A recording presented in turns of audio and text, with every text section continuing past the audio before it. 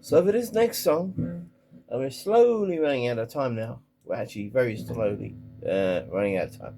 So for this next song, this again is one of my own. I did this a while back. It's the a cover of the great song that most people have heard of. And it's called it's called I'm Blooming Well Knackered. No, it ain't really. It's called Battle of New Orleans. And this song's got me playing all the instruments. So I'm actually playing guitar. There's fiddle on now. There's some harmonica on now. There's banjo and mandolin. So I thought I'd put some of this on there as well. It's the sitar. Here it is.